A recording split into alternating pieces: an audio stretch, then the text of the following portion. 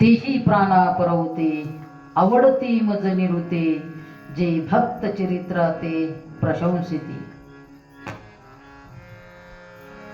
अखिल कोटी ब्रह्मांड नायक षडगुण ऐश्वर्य संपन्न पंढरीश परमात्मा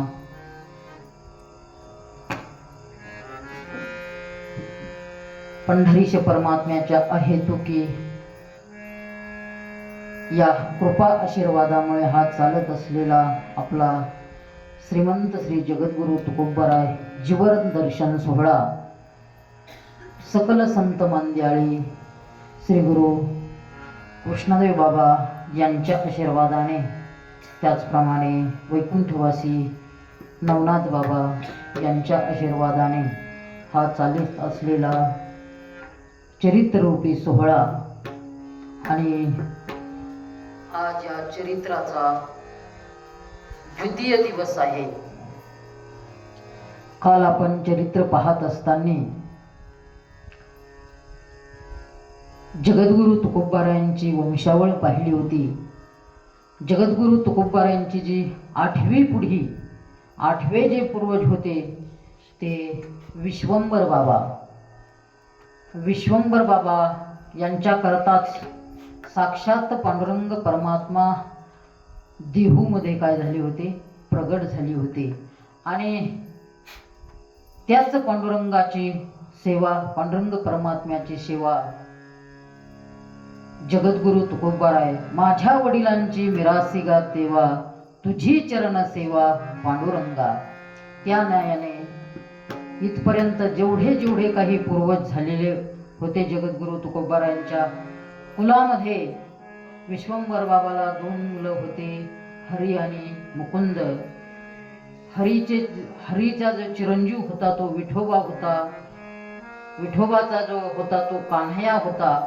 कान्हयाचा बोलोबा होता आणि बोलोबा आणि विठोबाचा जो होता तो पदाजी होता. पदाजीचा शंकर होता. शंकरचा कान्होबा होता आणि कान्होबाचा जे होते ते कोण होते, बोलोबा होते, बोलोबा. आणि त्यांच्या पत्नीचं नाव कनकाई होतं. आणि या दोघाच्या उदरामधून जगद्गुरु तुकोबारायांचा जन्म माघ शुद्ध पंचमी गुरुवारच्या दिवशी शके 1530 या वेळी झाला. आणि जगद्गुरु तुकोबारायांचा जन्म झाल्यानंतर जगद्गुरु तुकोबारायांचं बालपण, जसं तुमचं आमचं बालपण जातं खेळण्यात, बागडण्यात. 5 वर्ष असेल, 5 वर्ष तर काही कळतच नाही, बाळपण गेले नेनता, म्हणजे अज्ञानामध्ये बालपण निघून गेलं. तसं जसे 5 वर्ष निघून गेले तसे जीवनात जगद्गुरु तुकोबाराच्या जीवनातील 12 वर्ष निघून गेले. किती? 12 वर्ष. बाळपणी ऐसे वर्षी गेली 12, बाळपणी ऐसे वर्षी गेली 12, खेळता या पोरा नाना छंदे. किती वर्ष निघून गेली? एका रात्रीमध्ये एका दिवसामध्ये जगद्गुरु तुकोबारायांचे 12 वर्ष निघून गेले. नाना छंद खेळण्यामध्ये. जगद्गुरु तुकोबारायांच्या शिक्षणाचा जर विचार केला तर जगद्गुरु तुकोबारायांना अक्षराचं ज्ञान झालेलं होतं, अंकाचं ज्ञान होतं, अक्षराचं ज्ञान होतं. कुठेतरी काहीतरी मोडी लिपीमध्ये 2-3 वर्ष शाळेमध्ये गेले. अशा प्रकारच्या जगद्गुरु तुकोबाराच्या जीवनातील 12 वर्ष निघून गेले. आणि जसं 12 वर्ष असेल, हे 12 वर्ष जगद्गुरु तुकोबारायचे गेले. परंतु 12 वर्ष जात असताना त्या 12 वर्षामध्ये बोलोबा असेल, कनकाई असेल, त्यांनी आपल्या 3ही मुलावर उत्तम प्रकारचे काय दिले होते, संस्कार दिले होते. कारण 3 अपत्य झाली होती. मोठ्याचं नाव सावजी होतं, 2 नंबरचे तुकाराम महाराज होते आणि 3 नंबरचे कान्होबाराय होते.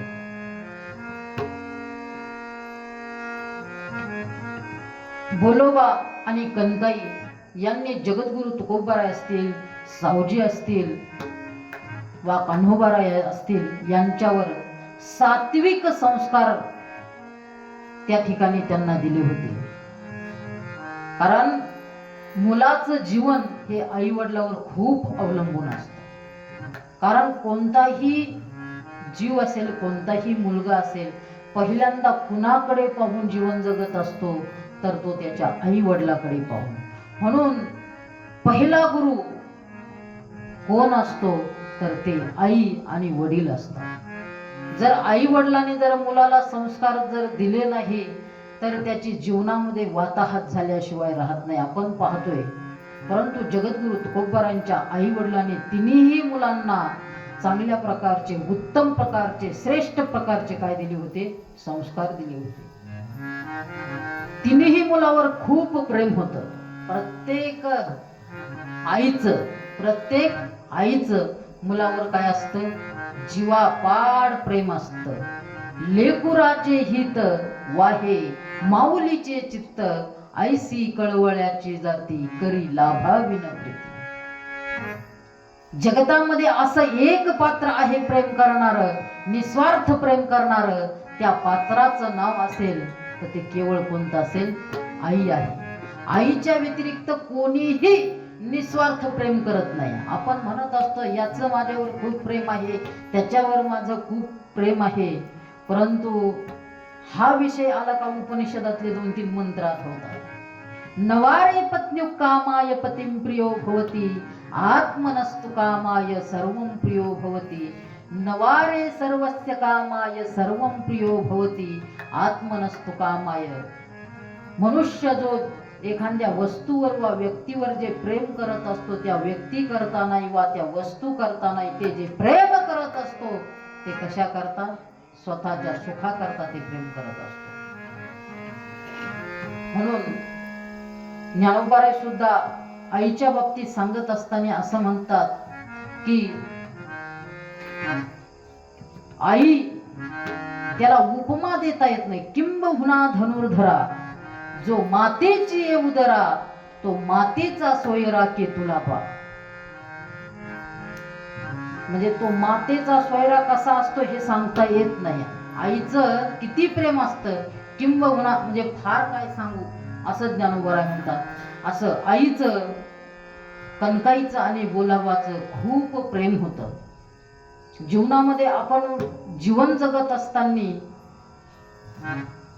अनेक जणाकडे पाहून जीवन जगत असतो. अनेक जणाकडे, कोणी कोणाकडे पाहतं, कोणी कोणाकडे पाहतं, कोणी कोणानुसार वागतं, कोणी कोणाकडे पाहून वागत असतं. कारण आपण जीवनामध्ये, आपल्या जीवनामध्ये कोणाला तरी काय मानत असतो? मोठं मानत असतो. आणि ज्याला मोठं मानलं तो जसा आचरण करत असतो तसं आपण काय करत असतो? जीवन जगत असतो. यद्यदाचरति श्रेष्ठ तत्तदेवे तरोजनः, सयत प्रमाणम कुरुते लोकस्तदनुवर्तते. हेत वडील जे जे करती, तया नाम धर्म ठेविती. येर सामान्य अनुष्ठिती, येर अनुष्ठिती सामान्य सफळ. म्हणजे जे मोठे आहे ते आपण करत असतो, परंतु मोठं कोणाला मानायचं हा प्रश्न आहे ना. हा ज्याचा त्याचा प्रश्न आहे. जीवनामध्ये कोण कोणाला मोठं मानतो, कोण कोणाला मोठं मानतो, आणि त्याच्याकडे पाहून आपण जीवन जगत असतो. जर आपल्याला जर चारित्र्य संपन्न व्हायचं असेल, जर आपलं जीवन सुफळ चांगलं जर बनायचं असेल तर जीवनामध्ये आपण मोठं कोणाला मानावं हा खूप मोठा प्रश्न आहे.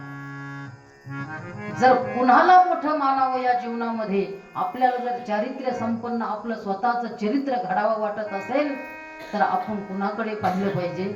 साधू संतांकडे पाहिले पाहिजे, जगद्गुरु तुकोबारायच्या चरित्राकडे पाहिलं पाहिजे, नवे नवे श्री गुरु कृष्णदेव बाबांच्या जीवनाकडे पाहिलं पाहिजे. कारण संतांचं जीवन अलौकिक असतं, पथगामी असतं, मार्गदर्शक असतं. आणि त्यांच्या जीवनाकडे जर पाहून चालायचं असेल तर संतांच्या चरित्राचं ज्ञान होणंही काय आहे? आवश्यक आहे. म्हणून आपण जगद्गुरु तुकोबारायच्या चरित्राचं चिंतन करत आहोत, जगद्गुरु तुकोबारायच्या चरित्राचं जीवन दर्शन करत आहोत.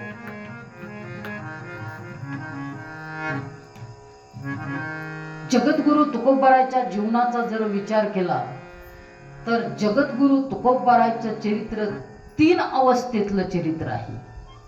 किती? 3 अवस्थेतलं चरित्र आहे. पहिलं जे आहे ते संसारिक तुकोबार आहे. पहिलं जे आहे ते संसारिक तुकोबार आहे. दुसरं जे जीवन आहे ते साधक तुकोबार आहे. आणि तिसरं जे जगद्गुरु तुकोबारायचं चरित्र आहे, जीवन आहे, ते सिद्ध तुकोबार आहे. क्रमाने जर जगद्गुरु तुकोबारायच्या चरित्राचा जर विचार केला तर पहिल्यांदा आपल्याला संसारिक तुकोबाराय पाहिजे. कारण जगद्गुरु तुकोबारायांचा जन्म ही सर्वसामान्य कुलामध्येच झाला. सर्वसामान्य कुलामध्ये झाला, वारकरी घराण्यामध्ये झाला. पूर्वापार वारकऱ्याची परंपरा होती, त्या कुलामध्ये काय झाला? जन्म झाला. जन्म झाल्यानंतर 12 वर्ष गेले. म्हणजे जगद्गुरु तुकोबारायचं किती वय झालं? 12 झालं. मग सावजीचं किती झालं असेल? 14 वय. आणि कान्होबारायांचं किती झालं? 10 वय झालं. 10. आता कान्होबारायचं वय 10 झालं, जगद्गुरु तुकोबारायांचं, तुकाराम महाराजांचं वय 12 झालं. आणि मोठे जे चिरंजीव होते त्यांचं वय किती झालं? 14 वर्ष झालं.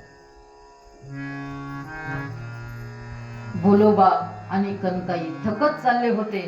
कोणत्याही आई वडिलाला अशी अपेक्षा असते काय की मुलाचे काय झाले पाहिजे? दोनाचे 4 हात झाले पाहिजे. कुणाला वाटत नाही, प्रत्येक आई वडिलाला वाटतं की आपल्या डोळ्या देखत यांचं काय जावं, संसार व्हावा, यांचा संसार सुखाचा व्हावा आणि वेल कुठपर्यंत जावा? गगनाला जावा. हे प्रत्येक आई वडिलाची इच्छा होती, असते. तसं बोलोबाच्या मनातही आलं की सावजी मोठा झालाय आता. पूर्वी कालामध्ये लवकरच लग्न करतात, आजही करतात. जी डेडलाईन ठरवून दिली त्याच्या आतच करतात, परंतु काही कारणास्तव थांबावं लागत असतं. पूर्वीच्या कालामध्ये तसं काही घटनेमध्ये काही हे बालविवाह होत असत. म्हणून बोलोबाने मनामध्ये विचार आणला आणि तो विचार पहिल्यांदा कुणाला सांगितला? कनकाईला सांगितला. अगं पोरं मोठले झालेत, काहीतरी पाहावं लागेल ना. आणि ते दोघांचा विचार झाला आणि लग्न करण्याचं ठरवलं.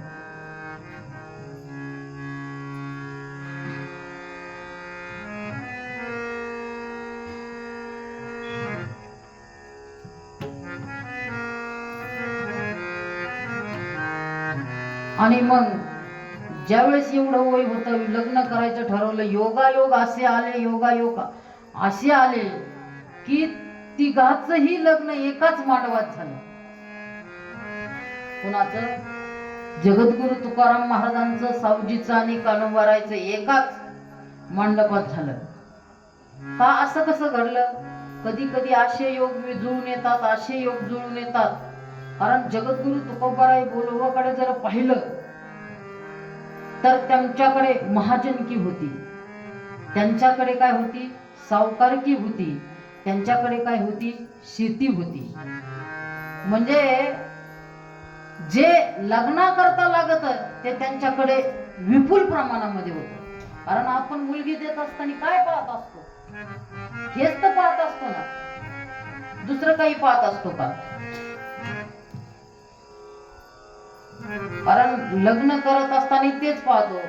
महिपती बाबा लिहितात, धन संपदा पाहुनी पुत्र, सोयरे झाले थोरा थोर, घटित सांगती द्विजवर, लग्न सत्वर नेमी. पहा, धन संपदा पाहिली कोणाची? बोलोबाची. आणि सोयरे धैर्य असे तसे नाही भेटले. काय? सोयरे झाले थोर थोर. आणि सोयरे झाल्यानंतर पाहिले आणि त्यांनी लगेच ती घटकाही पाहिली. घटित सांगती द्विजवर. आणि द्विजवर म्हणजे ब्राह्मणाने त्यांचं ते सगळं कुळही पाहिलं, गुणही पाहिलं, गुणही जुळले आणि लग्न सत्वर नेमिले. त्यांचे लग्न काय केलं, लगेच तिथीही काढली. नेमिलं म्हणजे काय, तिथीही काढली. आणि मग तिथी काढल्यानंतर लग्नाची वेळ आली आणि बोलोबानी द्रव्य खर्चून या बभूत विवाह केला यथास्थित. कनकाई आपुल्या चित्तात आनंदयुक्त झाली. एक सून येणार होती घरात. किती, एक सून. आजकाल जरा त्याची वानवाच आहे. एक सून घरात येणार होती, एकत्रित 3 सुना आल्या. म्हणून कनकाई आपल्या चित्तात आनंदयुक्त झाली. किती आनंद झाला असेल, चित्त तिचं आनंदाने बहरलं. आणि पुत्र पाहिले, पुत्र सुना धनसंपत्ती, प्रतारयुक्त सौभाग्यवती. याहुनी आनंद स्त्रियाच्या चित्ती नसे निश्चित दुसरा. अशा प्रकारचा दुसरा आनंद स्त्रियाच्या अंतःकरणात दुसरा कोणीच नाही.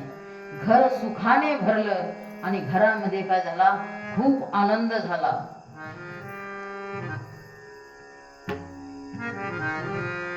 संसार चालू होता. सावजीचाही संसार चालू होता, जगद्गुरु तुकोबारायचाही संसार चालू होता. एक दिवसाचा प्रसंग आहे. बोलोबा इकडं तिकडं फिरत असताना संसाराकडे लक्ष देण्याकरता कोणीतरी पाहिजे, कुणाच्या तरी हातात संसार दिला पाहिजे. सकाळी उठले, पांडुरंग परमात्म्याची पूजा केली. पूजा केल्यानंतर गंध लावला आणि थोडासा बारकाईने काय केला, आरसा समोर घेतला. आरसा समोर घेतल्यानंतर कानाजवळ एक काय दिसला, पांढरा केस दिसला. आणि पांढरा केस दिसल्यानंतर मनात आलं, बस झाला आता संसार. आतापर्यंतचे जीवन आहे ते संसारामध्ये गेलं, परमार्थामध्ये केलं, परंतु जे उरलेलं जीवन आहे ते आत्मस्थिती निर्माण करण्याकरता जावं अशी इच्छा झाली. आणि तो केस पांढरा दिसला. जरी जरा कर्णमुळी सांगो आली गोष्टी, जरा कर्णमुळी सांगो आली गोष्टी. मृत्यूची भेटी जवळी आली, मृत्यूची भेटी जवळी आली. बोलोबानी पाहिलं, जरी कर्णमुळे सांगू आली गोष्टी, मृत्यूची हे भेटी जवळी आली. एखादा पूर्वीच्या काळातला आहे बरं का, एखादा जर केस पांढरा झाला तर ह्या काही देह सोडण्याच्या काय असतात, सूचना असतात. केस पांढरा झाला, दात हलायला लागला, हात थरथर कापायला लागले, मान डोलायला लागली. हे असे काही संकेत असतात ना, ते कशाचे असतात, मृत्यूचे असतात. आणि बोलोबाला वाटला आता आपलं आयुष्य थोडं राहिलंय, जोपर्यंत आपण आहे तोपर्यंतच हा जो काही संसार आहे, ही जी काही महाजनकी आहे, सावकारकी आहे, हे जे काही शेतीचं आहे, हे सर्व मुलाच्या ताब्यात देऊन टाकावं आणि परमार्थ करण्याकरता काय व्हावं, मोकळं व्हावं. म्हणून बोलोबानी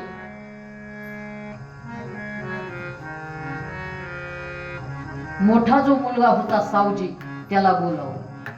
आणि त्याला बोलावलं,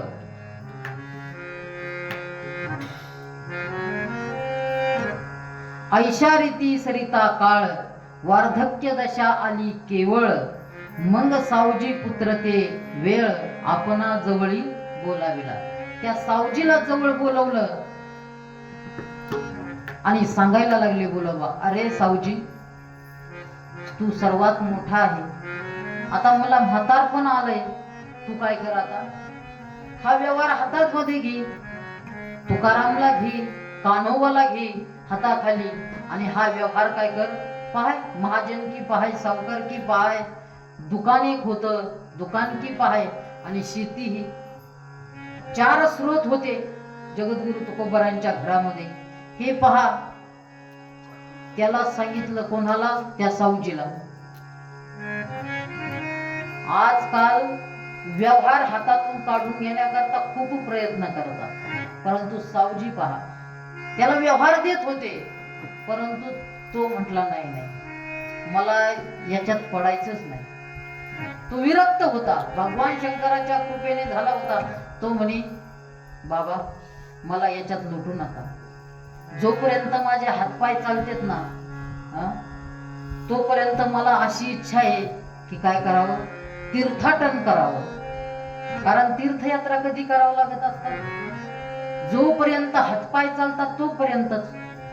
नाहीतर हातपाय चालत नसले तीर्थयात्राला जायची जर इच्छा झाली, इच्छा असूनही जाता येत नाही.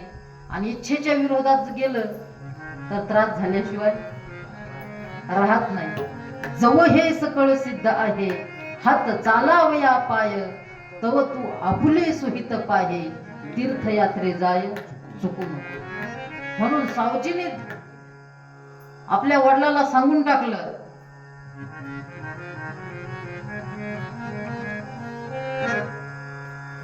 मग म्हणत असे जी ताता, मी प्रपंचीन गुंते सर्वथा, तीर्थाटनासी जावे आता, वैराग्य चित्ता येत असे. मुळातच सावजीकडे वैराग्य होतं आणि तीर्थाटनाला जावं असं वाटलं.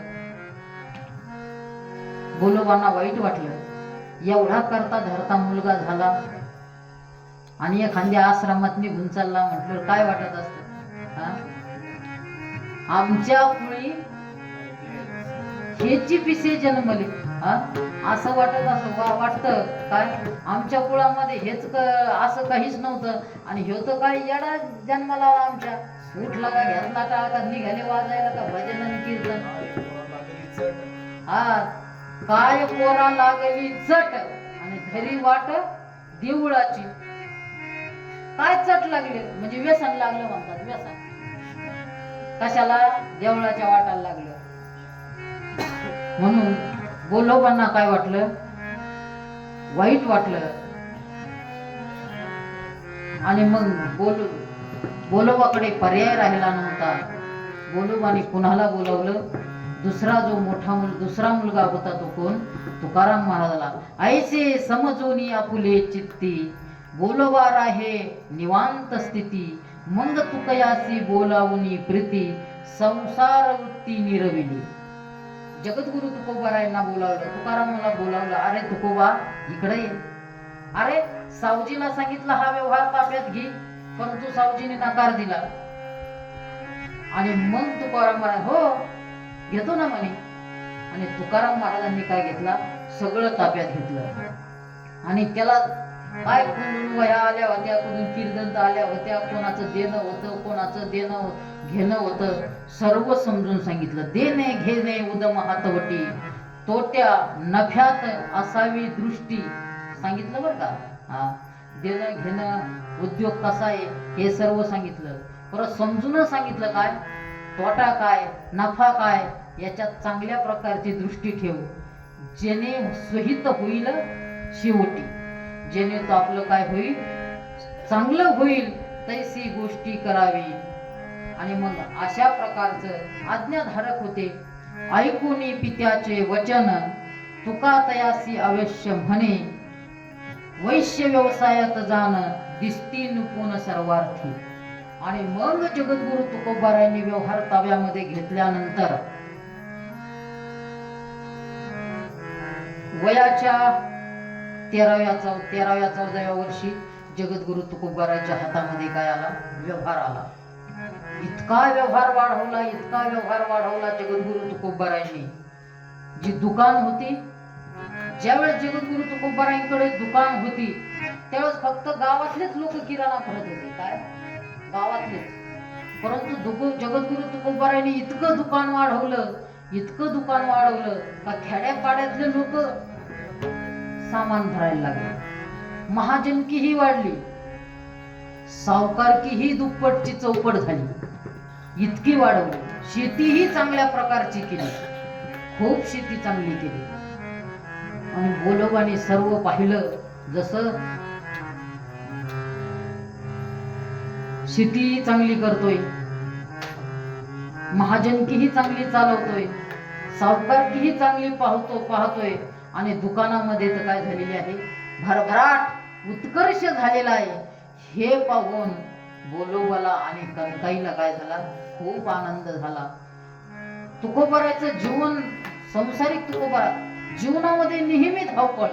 हा व्यवसाय झाला का त्या व्यवसायात जाय, त्या व्यवसायात झालं का या व्यवसायात जाय. परंतु बोलोबाच्या लक्षात आलं, तुकोबारांची जी पत्नी होती पहिली, ती कोण, रखमाबाई. तिचं नाव काय होतं, रखमाबाई.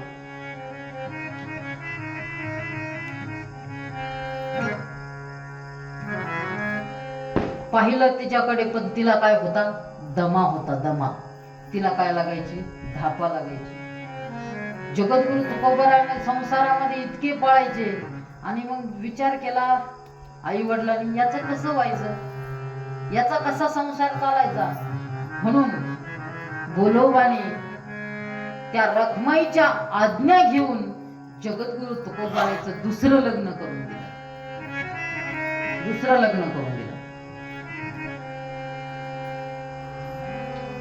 तुकयाचे लग्न केले असता परी नवरीसी धापीची होती व्यथा. धापीची म्हणजे तिला दमा होता. मग विचार करती माता पिता, लग्न आता करावे. आणि मग लग्न करायचं म्हटल्यानंतर एवढी मोठी सावकारकी, महाजनकी आणि संपत्ती पाहिल्यानंतर मग काय लग्न होणार नाही का.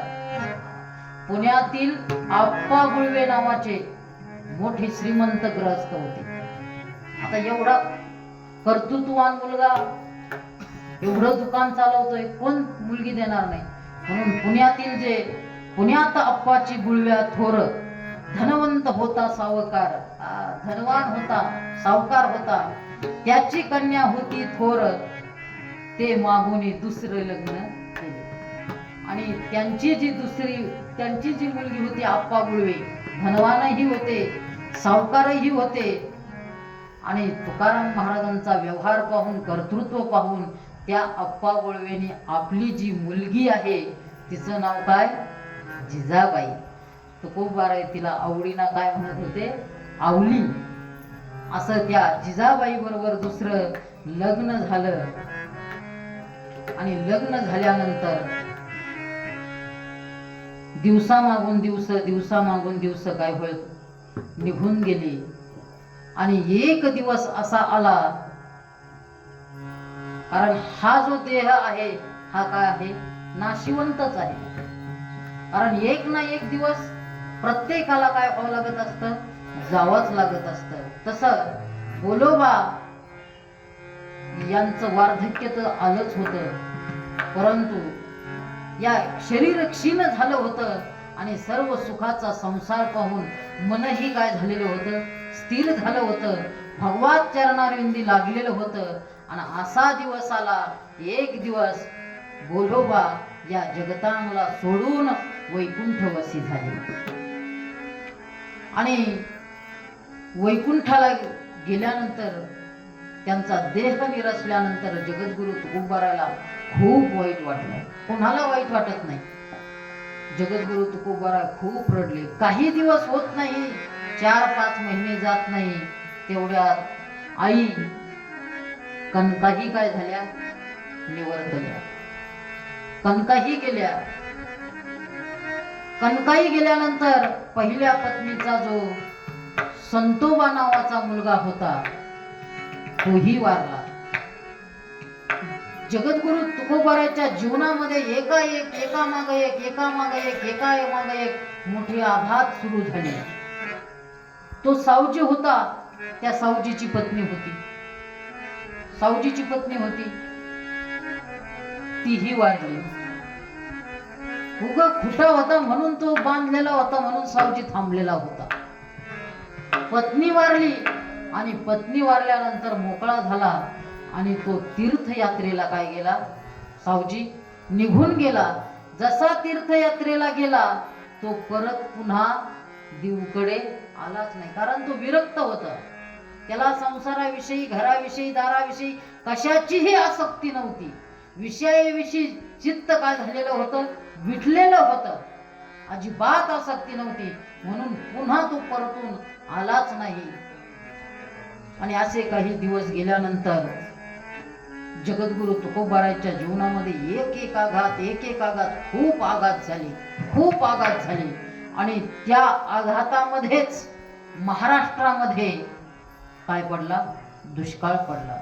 शके 1547 ला आई वडील गेले आणि शके 50, 51 आणि 52, 1500 त्यावेळेस खूप महाराष्ट्रामध्ये काय पडला, दुष्काळ पडला. खूप मोठा दुष्काळ पडला. इतका दुष्काळ पडला का लोकांना खाण्याकरता अन्नही भेटत नव्हतं. जगद्गुरु तुकोबारायांची वृत्ती सात्विक होती. घरात भरपूर पुष्कळ होतं, परंतु लोक जर समोर भुकेने जर व्याकुळ होऊन मरत जर असेल तर ते कुणाला पाहावंसं वाटणार. संत हृदय असणारे, व्याकुळ हृदय असणार जगद्गुरु तुकोबारायांचं, कोमल हृदय असणार, सात्विक चित्त असणार जगद्गुरु तुकोबारायांनी अन्न धान्य सर्व लोकांना काय केलं, वाटून दिलं. एक दिवस जगद्गुरु तुकोबारायांवरच असा प्रसंग आला की स्वतःच्या घरामध्येच काय राहिलं नाही, अन्न राहिलं नाही. आणि ते अन्न नसल्यामुळे त्यांची एक पत्नी अन्ना वाचून काय झाली, गतप्राण झाली. दुष्काळे अटीला द्रव्य नेला मान, श्री एक अन्न करिता मेली.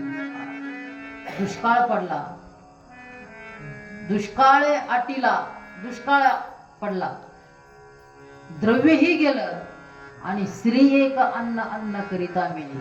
आणि जगद्गुरु तुकोबारायांचं चित्त एकदम व्याकुळ झालं. कारण किती आघात झाले, 2-3 वर्षात आई गेली, वडील गेले, मोठ्या भावाची पत्नीही गेली, मुलगाही गेला, एक पत्नीही गेली. असे 4-5 जण एकत्रित गेल्यानंतर जगद्गुरु तुकोबारायांच्या जीवनावर, अंतकरणावर खूप आघात झाले. आणि मग जीवनावर जर आघात झाले तर त्यावेळेस जर आपल्याला चांगली संगती भेटली नाही तर जीवन कुठेही जातं. आणि असे आघात झाल्यानंतर जगद्गुरु तुकोबारायांनी आधार घेतला तर तो ज्ञानेश्वरीचा घेतला. जगद्गुरु पूर्वापार ग्रंथ घरामध्ये होतेच आणि जगद्गुरु तुकोबाराय ज्ञानेश्वरीचे पारायण करायला लागले. जगद्गुरु तुकोबारायांनी एकनाथी भागवताचे पारायण सुरू केले. जगद्गुरु तुकोबारायांनी योग वासिष्ठाचेही पारायण केले. आणि त्या ग्रंथामुळे, ग्रंथ वाचनामुळे भागवत असेल, ज्ञानेश्वरी असेल, योग वासिष्ठ असेल, जगद्गुरु तुकोबारायांचं चित्त त्याच्यामध्ये लागत राहिलं. जगद्गुरु तुकोबाराय पारायणही करायचे, परंतु संसार होता. संसार तर करावाच लागेल, संसार सोडून तर काही होणार नाही. काहीच शिल्लक राहिलेलं नव्हतं. जगद्गुरु तुकोबारायांकडे 4 बैल होते. किती? 4 बैल होते. त्या दुष्काळामध्ये 4 पैकी 3 बैल काय झाले, मेले. माणसं मरत होते तर जनावर काय टिकणार आहे. त्यातले 3 बैलही मेले आणि एकच बैल काय राहिला, शिल्लक राहिला. लोकांकडे सावकारकी होती म्हणून लोकांकडे दिलेलं खूप धन होतं. लोक काय करायचे, दुकानात यायचे, अहो काहीच नाही, उधार द्या. जगद्गुरु तुकोबारायांचा असा स्वभाव होता, होतं दुकानात माल, तेवढा माल काय देऊन टाकला, उधार देऊन टाकला. जर जो माल विकत आणला तेवढी मुद्दलच जर नाही आली तर माल भरता येईल का? एक दिवस असा झाला, दुकानात मुद्दलासह माल गेला. कारण आले द्या हो पावशेर साखर, द्या बरं 1 किलो डाळ, सर्व गेलं आणि मुद्दल हातात काहीच राहिली नाही. दुकानही गेलं. दुष्काळे आटीला द्रव्य नेला मानही गेला. कारण मान कुठपर्यंत असतो? अनुभव आहे प्रत्येकाचा. जोपर्यंत पैसा आहे तोपर्यंतच हा माझा आहे, हा माझा आहे. वा काय शेठ, काय चाललंय, या चहा घ्यायला, या पाणी प्यायला, या घेता का चहा, असं म्हणणारे कुठपर्यंत? जोपर्यंत पैसा आहे, द्रव्य आहे, धन आहे तोपर्यंतच. एकदा का द्रव्य आणि धन संपलं, बहीण कहोर कुठपर्यंत दादा म्हणते. हा जोवरी चळण गातोवरी म्हणती माझा, माने ती लहान थोर, देह सुखाची काजा. जव चाले मोठा धंदा तोवर म्हणे दादा. तोपर्यंतच ती काय करत असती? दादा दादा दादा म्हणत असते. एकदा पैसा संपला ती काय म्हणत असती? इथं नाही सांगत. तीही काय करत असते? सोडून देत असते. पुत्र पत्नी सहोदर, माय बाप गोताचा पसर. पुत्र असेल, पत्नी असेल, सहोदर असेल. सहोदर म्हणजे भाऊ, एका उदरातून सहोदर भाऊ असेल. हे कुठपर्यंत असतात? जोपर्यंत धनद्रव्य आहे तोपर्यंतच. जगद्गुरु तुकोबारायकडे दुकानकीही गेली. जिथं पैसाच नाही राहिला तिथं महाजनकीतून काय येणार आहे? आणि सावकारकीही संपली. सगळं क्षीण झालं. आभाळ फाटल्यासारखं झालं जगद्गुरु तुकोबारायांना. परंतु एक आधार सापडला, काय? फक्त ग्रंथ. आणि त्या ग्रंथातून जगद्गुरु तुकोबारायला शांती मिळत गेली. एक दिवसाचा प्रसंग आहे. जगद्गुरु तुकोबारायांनी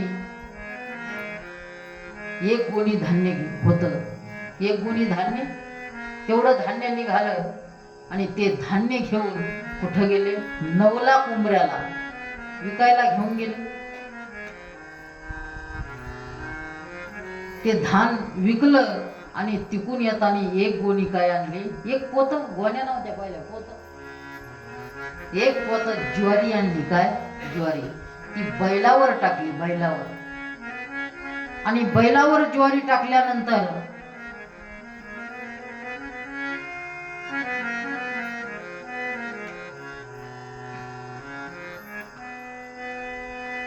संध्याकाळची वेळ झाली. काळकुट्ट अमुषाची रात्र होती. आणि बैलावर गोणी टाकली. आणि बैलावर गोणी टाकल्यानंतर लगेच भजन करत करत निघाले. कारण जगद्गुरु चालताना, बोलताना, येताना, जाताना, खाताना, सर्व करताना काय करायचे? चिंतन करायचे.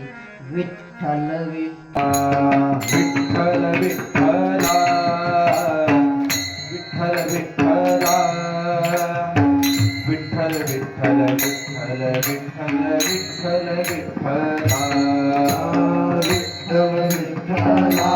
श्रीमंत श्री जगद्गुरु तुकाराम महाराज की जय.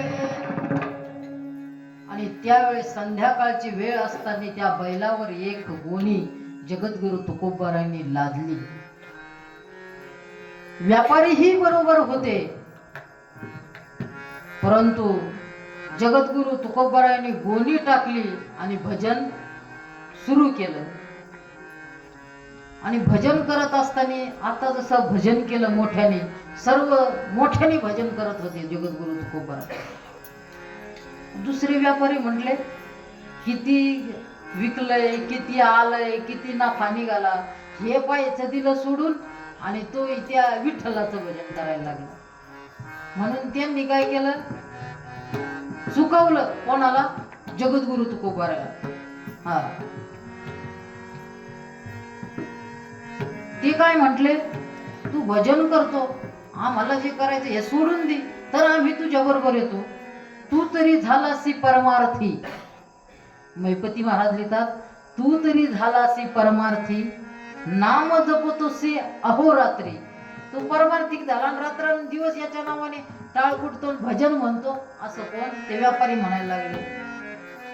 नाहीतर काय करे, यास्तव झाली फजिती तरी विठ्ठल चित्ती न धरावा.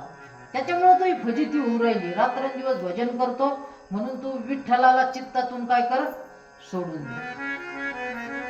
आता सोडून द्यायचं सांगितल्यानंतर खरंच जगद्गुरु तुकोबाराय नाव सोडतील का?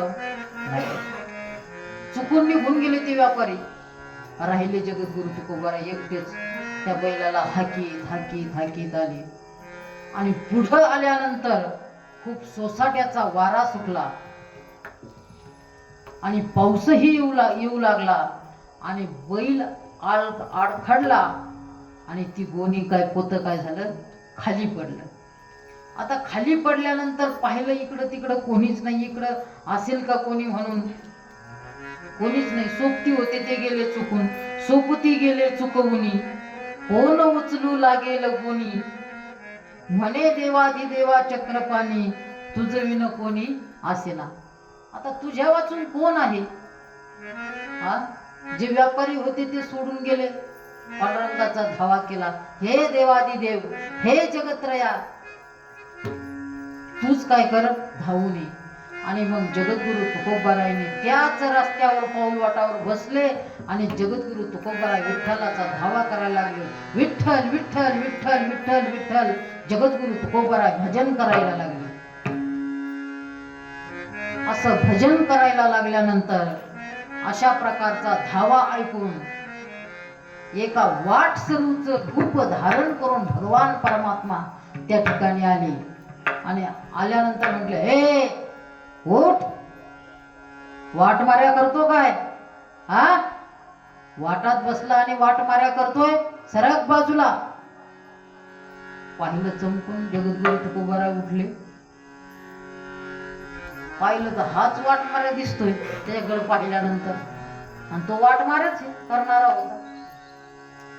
वाट मार्याच करतो तो. त्याच्या वाटेत जो आला, त्याच्या वाटेत जो आला त्याला चांगल्या प्रकारचं ते झडपितो. पंढरीचे भूत मोठे, पंढरीचे भूत मोठे, आल्या गेल्या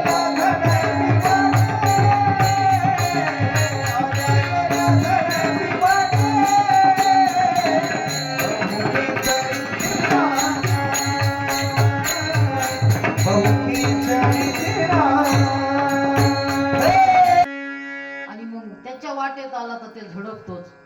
आणि असा दम दिल्यानंतर जगद्गुरु तुकोबारायने त्याच्याकडे पाहिलं.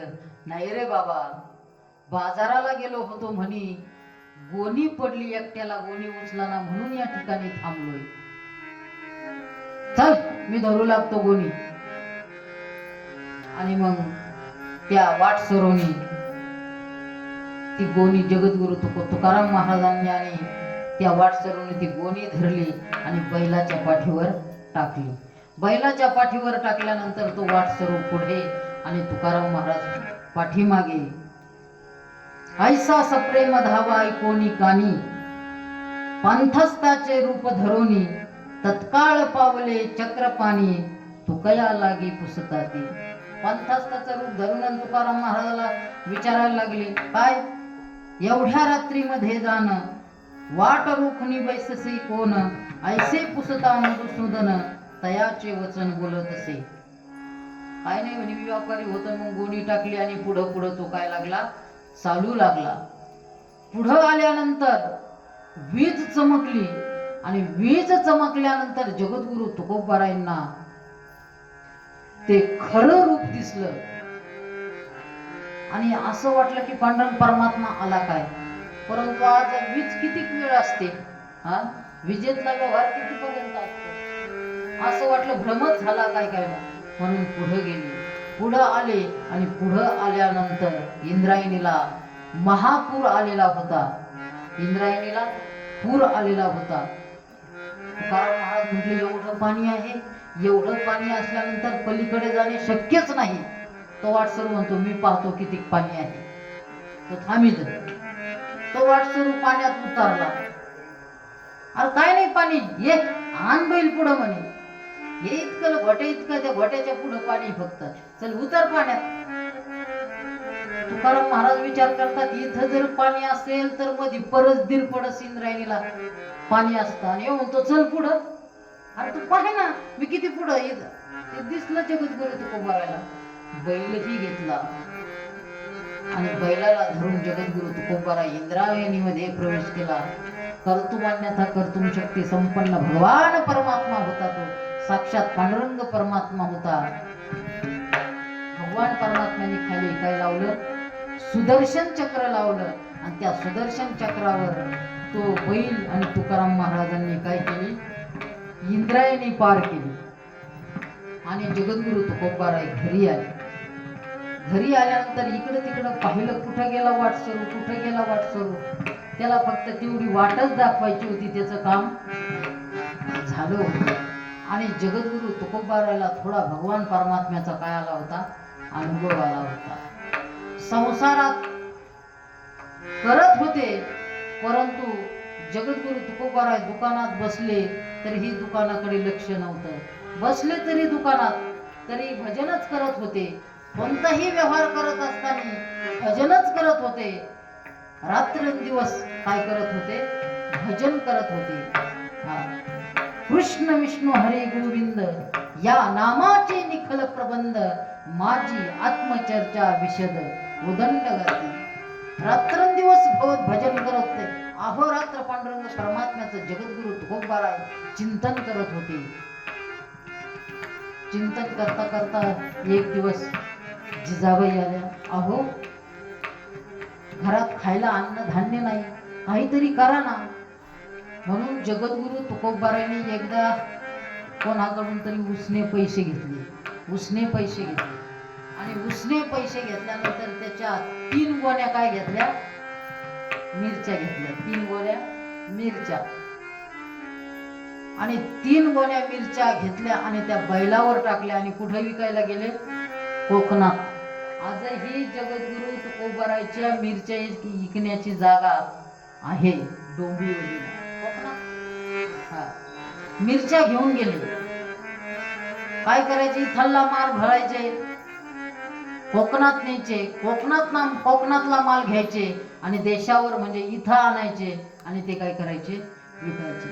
ह्यावेळेस जगद्गुरु तुकोबारायने 3 गोण्या मिरच्या घेतल्या. किती, 3 गोण्या मिरच्या. आणि कोकणात गेले. आणि कोकणात गेल्यानंतर त्या ठिकाणी बाजारात पहिली गोणी काय केली, उसवली. पहिली गोणी उसवल्यानंतर गिऱ्हाईक यायला लागले. जगद्गुरु तुकोबारायने मिरच्या विकायला सुरुवात केली. मिरच्या विकायला माप दिलं. माप दिल्यानंतर अहो टाका ना तुकोबारा, अहो टाका ना, थोड्याशा वरून टाका ना. गर्दी खूप झालेली होती. तुकाराम म्हटले घ्या तुमच्या हाताने. आता तुमच्या हाताने घ्या म्हटल्यानंतर किती घेणार, त्याला काही माप असतं ना. पहिल्यावाल्याने 1 बचक घेतली, काहीच म्हटले नाही. दुसऱ्यावाल्याने 2 बचकी घेतल्या. बाकीच्याने पाहिलं बाबा काहीच म्हणत नाही, कारण संसारात चित्तच नव्हतं. दुसरा आला, 1 किलो मिरच्या द्या ना. घ्या 1 किलो. थोड्या वरती टाका ना. घ्या तुमच्या हाताने काय घ्यायच्या तेवढ्या. त्यांनी 1 किलोला 1 किलो मिरच्या घेतल्या वरती. किती, 1 किलोला. हा हा म्हणता म्हणता 1 गोणी संपली. दुसरी उसवली, दुसरीही संपली. कारण लोकाला फुकटचं म्हटलं, काय फुकटचं जर म्हटलं आणि बाजाराच्या ठिकाणी मग किती गर्दी होती, तोबा गर्दी झाली, खूप गर्दी झाली. दुसरी गोणी ही संपली आणि 1 ठक आला. काय, 1 ठक आला. ते म्हणे मला गोणी भर मिरच्या लागायच्यात, माझ्या मुलीचं काय लग्न आहे म्हणे. तुकाराम महाराज म्हटले गोणी भर आणि जाय ना मग घेऊन. पैसे नंतर आणून देतो. ठकच होत. टाकली ना गोणी पाठीवर आणि घरी घेऊन गेला. घरी घेऊन गेल्यानंतर जगद्गुरु तुकोबारायकडे फक्त किती आणे, 6 आणे जमा झाले होते. 3 याच्यातून काय, हा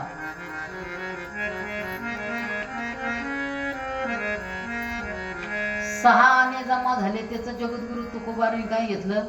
तांदूळ घेतले, तांदूळ.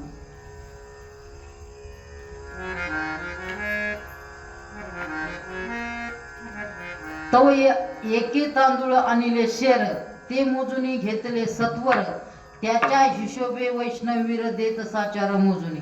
आणि ते तांदूळ आणले, तवा आणले तांदूळ किती? शेर. तेवढे थोडेसे तांदूळ आणले आणि तांदूळ काय केले? तांदूळ आणि डाळ शिजायला टाकले. असं भगवान शंकराचं मंदिर होतं, पाण्याचा स्रोत होता, त्या ठिकाणी बसले, ते तांदूळ शिजायला टाकले. आणि शिजायला टाकल्यानंतर बसले आपले, शिजायला टाकल्यानंतर त्याला काड्या घालीत, जाळ घालीत आणि ते मुखामध्ये देवाचं चिंतन करत.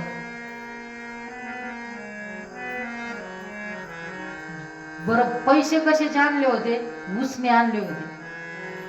बरं, अशा काळात उसने दिलेले होते जगद्गुरु तुकोबारायला, का देईल बा मी आता फेडीन तुमचे पैसे, इथं माल भरतो, तिकडं इकितो आणि पैसे देतो. अशा काळात त्या पांडुरंग परमात्म्याला काळजी पडली. तुकोबारायने ते शिजायला टाकलं, तेवढ्यात एका नोकराचं रूप धारण केलं आणि प्रत्येकाच्या घरी गेला. कोण? तो नोकर. ज्याने ज्याने मिरच्या घेतल्या ना, त्याच्या घरी गेला. चल काढ, पैसे दे म्हणे. मिरच्या आणल्या ना, पैसे दे. किती घेतल्या? तो म्हणे अर्धा किलो. नाही, पाऊण किलो मिरच्या आणल्या, पाऊण किलो. कारण वर टाकलेल्या किती? अर्धा किलो घेतल्या आणि त्यांनी पावशेर वर टाकल्या होत्या. त्यांनी पाऊण किलो मिरच्या आणल्या. त्याने मोजल्या नाही, काय नाही. वा, मोजल्या नाही. आमच्या शेठचं नाव उगाच तुका शेठ नाही म्हणत. तुका म्हणजे काय? माप. तूक म्हणजे काय? माप. त्यांना मोजण्याची गरज नाही. पाय काटा करून पाऊण किलो भरला, की त्यांनी गपचूप पैसे काढून दिले. असा अख्ख्या गावात फिरला नोकर आणि पैसे गोळा केले. शेवटी तो ठक राहिला. त्याने एक गुणी नेली होती, तो ठकच होता. चल काढ पैसे म्हणे. काय? पैसे काढ. त्याने कायचे पैसे? कोण आहे तू? पहिला प्रश्न. महिपती बाबांना कशाचे पैसे म्हणे? ठकच असल्यामुळे. अरे म्हणे गोणी भर मिरच्या आणल्या म्हणतो, कायचे पैसे? हे तोय कोण नाही आणल्या, त्या तुकाराम वाण्याकून आणल्या. त्याचा नोकर आहे म्हणे मी, त्यांनी पाठवलंय मला. चल म्हणे. 52 किलो मिरच्या आहे म्हणे. किती? त्याने मोजल्या नाही, तशाच आणल्या म्हणे. माफ करून पाहे म्हणे. तेवढ्याच भरल्या ना त्या. 52 किलोच भरल्या. चला, तो इतका ठक होता, पैसेच द्यायना. यांनी काय केलं? दाव घेतलं आणि त्याच्या दरवाजाला दाव काय केलं? लावलं आणि गळ्यात फासा घातला. त्या नोकराने पैसे देतो का या ठिकाणी जीव देऊ. असं झाल्यानंतर लोक जमा झाले ना, लोक जमा झाले, खूप लोक जमा झाले, खूप लोक जमा झाले. आणि पाहिलं काय चाललं काय. अरे सगळ्या गावांनी पैसे दिले म्हणे, पैसे देऊन टाक. अख्ख्या गावाला कचेरीत दाखी, तू काय जेलमध्ये घालतो काय म्हणे. इथं जरा फाशी घेतली तर तुला बी जावं लागेल ना, आम्हालाही जावं. लोकांनी खूप ठोकला तो. असं महिपती बाबांनी सांगितलं. खूप हाणला लोक.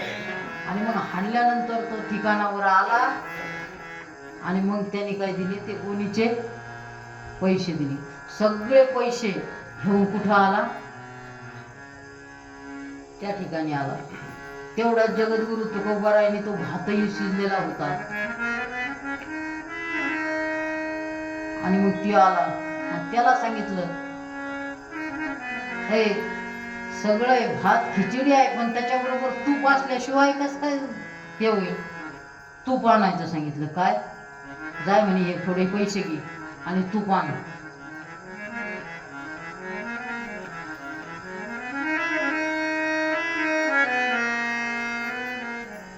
आणि तूप आणायचं सांगितल्यानंतर ऐकोनी म्हणे शारंगधर, तू कशे टवानी देहू कर, मी विठोजी त्याचा चाकर. आलो उधार मागावया. उधार मागायला आला आणि त्याने सगळं जमा केलं, त्या मिरच्याचे पैसे. आणि विरच्याचे पैसे जमा केल्यानंतर सगळे त्या भगवान शंकराच्या मंदिरासमोर जगद्गुरु तुकोबारायांनी तो भात आपल्या ताटामध्ये घेतला.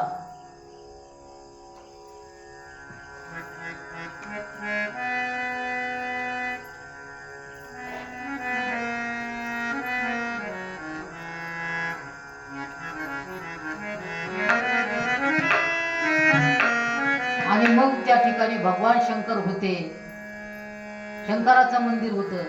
या नोकराला तूप आणायला सांगितलं आणि त्याने किती तूप आणलं? तांब्याभर तूप आणलं. तुकोबारायांनी तूप आपल्या ताटात घेतलं. त्याला म्हणजे तूही खाय. आणि ही गंमत कोण पाहतंय? भगवान शंकर मंदिरातून भोलेनाथ दत्नेश्वर शिवालय दत्नेश्वर भगवान पाहतात. अरे तुम्ही लोक खुशाल बसले, मला नैवेद्य नाही, काय नाही. भगवान शंकर ही एका गोसायाचं रूप धारण करून आले आणि तिथं भिक्षाम देही भिक्षा मागितली. आणि मग जगद्गुरु तुकोबाराय त्यांनाही एक पात्र दिलं, त्यांनाही भात वाढला आणि तिघांनी मिळून काय केलं? त्या ठिकाणी जेवण केलं. आणि जेवण केल्यानंतर ते सगळे पैसे तुकाराम महाराजांकडे दिले. त्याला विचारलं, तू कस काय पैसे आणले एवढे? वा, आमचं गाव खूप इमानदार आहे. मी त्याला काय आहे? पंच आहे. पंच म्हणजे सरपंच. आमचं गाव खूप इमानदार, लोकांनी आणून दिले पैसे, तो तुकावाण्याचे पैसे. म्हणून ते तुकोबारायांनी ते पैसे घेतले आणि पुढे निघाले देऊकडे. आता देऊकडे निघाले, परत एक ठग भेटला त्यांना. त्यांनी काय केलं? तुकाराम महाराजाला म्हणे, अरे एवढे पैसे तू घेऊन जात असताना जर तुला कोणी लुटलं तर? हे माझ्याकडे सोन्याचं कड आहे. काय? सोन्याचं कड. हे सोन्याचं कड घेऊन जाय, कुठेही लपवता येईल. हे पैसे कुठे नेणार? कोणी लुटलं तुला तर? जगद्गुरु तुकोबाराला खरं वाटलं ना त्याचं. कारण असं ज्ञानोबाराय म्हणतात, दुर्जनासी न कळे नाही, सज्जन माणसाला दुर्जनाची बुद्धी कळत नाही. सज्जन माणसाला आहे ना दुर्जनाची बुद्धी कळत नाही. ते काय करतील त्यांना वाटत हे आपलं चांगलंच करते काय काय, आपल्याला आपलं चांगलंच करते काय काय, परंतु ते चांगलं नाही, ते वाईट करत असते. तो चांगलं करायला गेला होता, कोण तो? चांगलंच वाटलं ना. सोन्याचं कडं देऊ राहिला. तुकोबारायांनी ते सोन्याचं कडं घेतलं आणि पैसे त्याला देऊन टाकले आणि आले देऊला. देऊला आल्यानंतर ते कडं घासून पाहिलं, ते निघलं पितळाचं. त्या ठिकाणी ठकवलं ना जगद्गुरु तुकोबाराय. मुद्दल ही गेली काय, त्याचे 10-5 रुपये गेले, 200 रुपये.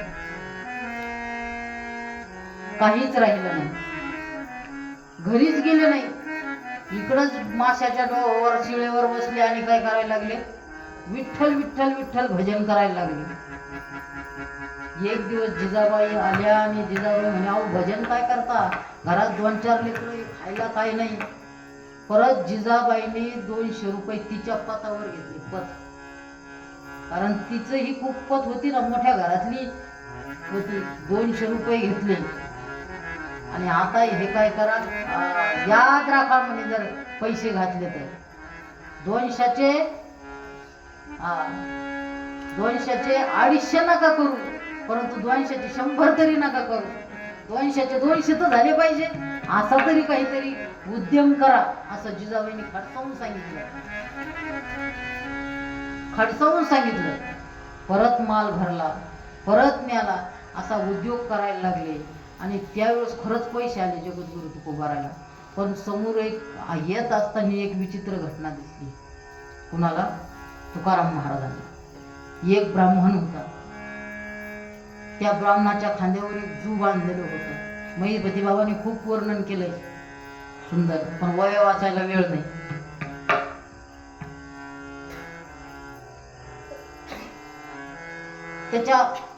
त्याच्याबरोबर त्याची मुलं, त्याची पत्नी, कारण त्याला आहे ना सजा झाली होती. त्याच्या भावबंधांनी त्याच्यावर आरोप केला होता. सांगा अद्यंत वर्तमान, ऐकूनी बोले तो ब्राह्मण, पाटीलकीचे असता वतन, दाईजी हिरोनी घेतले. दाईजी हिरोनी घेतले म्हणजे दाईजी म्हणजे जे भाव जवळचे असतात त्यांनी माझं सगळं हिरावून घेतलं आणि माझ्यावर काय घेतला, आळ घेतला आणि ती धल्या पंचांनी मला ही शिक्षा दिली. आता ब्राह्मण म्हटल्यानंतर जगद्गुरु तुकोबारायचं वचन आहे, जरी झाला भ्रष्ट तरी तीही लोकी श्रेष्ठ. म्हणून जगद्गुरु तुकोबारा विचारलं नेमकं काय झालं. तो म्हणे काय नाही, माझ्या एवढा 250 रुपये काय झालंय देणं, हे मला कर चुकवल्याशिवाय मला ते होणार नाही. मी 50 रुपये दिले म्हणे, 50 रुपये दिले म्हणे, परंतु 200 रुपये द्यायचे म्हणे. किती? 200. जगद्गुरु तुकोबाराने त्याची अवस्था पाहिली, ते 200 रुपये देऊन टाकले. आज 50 रुपये उरले होते तर त्यांना नाव्याच्या दुकानात नेलं, त्यांची दाढी कटिंग केली, त्यांना कपडे घेतले, त्यांना चांगलं हे केलं आणि वाट लावलं. आणि पुढं आल्यानंतर विचार आला, कोण आठवलं? देहूच्या जवळ आल्यानंतर जिजाबाई दिसल्या समोर. आणि मग विचार केला, आता ती काय आपली पतीवर आणली होती पैसे, खडसावून सांगितलं होतं. काय सांगितलं होतं? नाही 250 नका करू, परंतु 200चे 200 कराय ना. आता एक शिल्लक पै राहिली नव्हती. काय राहिली नव्हती? पै शिल्लक राहिली नव्हती. जगद्गुरु तुकोबाराय सरळ कुठं गेले? रस्ता कानोडा केला आणि भामगिरीवर गेले आणि भामचंद्रावर गेले. जगद्गुरु तुकोबाराय भामचंद्र डोंगरावर गेल्यानंतर जगद्गुरु तुकोबारायांनी आसन लावलं आणि पांडुरंग परमात्म्याचं चिंतन करायला लागले.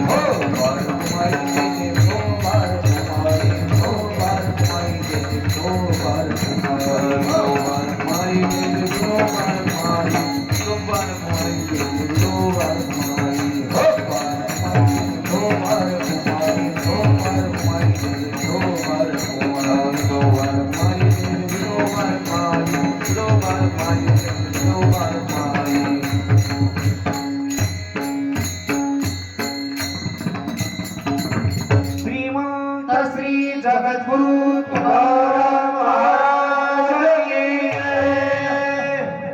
जगद्गुरु तुकोबारायकडे ज्या वेळेस काहीच शिल्लक राहिलं नाही, स्वतःचे 200 होते पहिल्यांदा, तीही गेले, मुद्दलही नाही आली. दुसऱ्या वेळेस जिजाबाईच्या पतीवर, पत म्हणजे तिच्या, आपण त्याला काय म्हणतो, पत म्हणतो का? पतच म्हणतो ना. तिच्या पतीवर तिनं 200 रुपये आणले आणि खडसावून सांगितलं की 200चे 200 तरी आणा. तेही शिल्लक राहिली नाही. त्यावेळेस अशी अवस्था झाल्यानंतर मनुष्य, सर्वसामान्य मनुष्य काय करत असतो माहिती का? वाटच धरत असतो. काय वाट धरत असतो, व्यसनाधीन होत असतो, व्यसनाधीन. परंतु जगद्गुरु तुकोबारायच्या चरित्रातून हे शिकण्यासारखं आहे. जरीही कसल्याही प्रकारची विपत्ती आली, आपत्ती आली, कसल्याही प्रकारचा जरी क्षण आला, कितीही जीवनामध्ये प्रतिकूल प्रसंग निर्माण झाला, तरीही माणसाने व्यसनाधीनतेकडे नाही वळलं पाहिजे. या ठिकाणी जगद्गुरु तुकोबाराय पहा ना, काहीच शिल्लक नाही राहिलं म्हणून ते कुठं दुसरीकडे गेले का? नाही नाही, ते भामचंद्रा डोंगरावर गेले आणि परमात्म्याचं काय केलं? चिंतन केलं. मनवोनी तुझी आठविले पाय, मनवोनी तुझी आठविले पाय, मनवोनी तुझे आठविले पाय, मनवोनी तुझे आठविले पाय, देव माझी माय पांडुरंगे, देव माझे माया पांडुरंगे, मनवोनी तुझी आठविले पाय, मनवोनी तुझी आठविले पाय, मनवोनी तुझे आठविले पाय, मनवोनी तुझे आठविले पाय.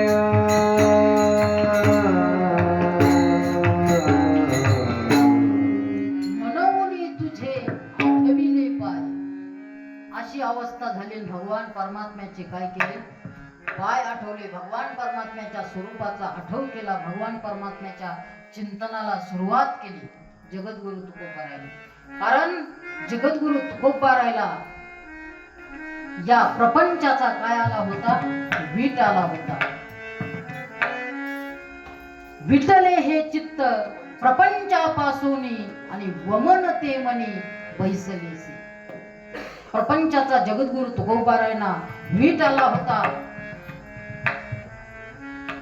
कारण जगद्गुरु तुकोबारायांनी आधार कशाचा घेतला होता? तर ग्रंथांचा आधार घेतला होता.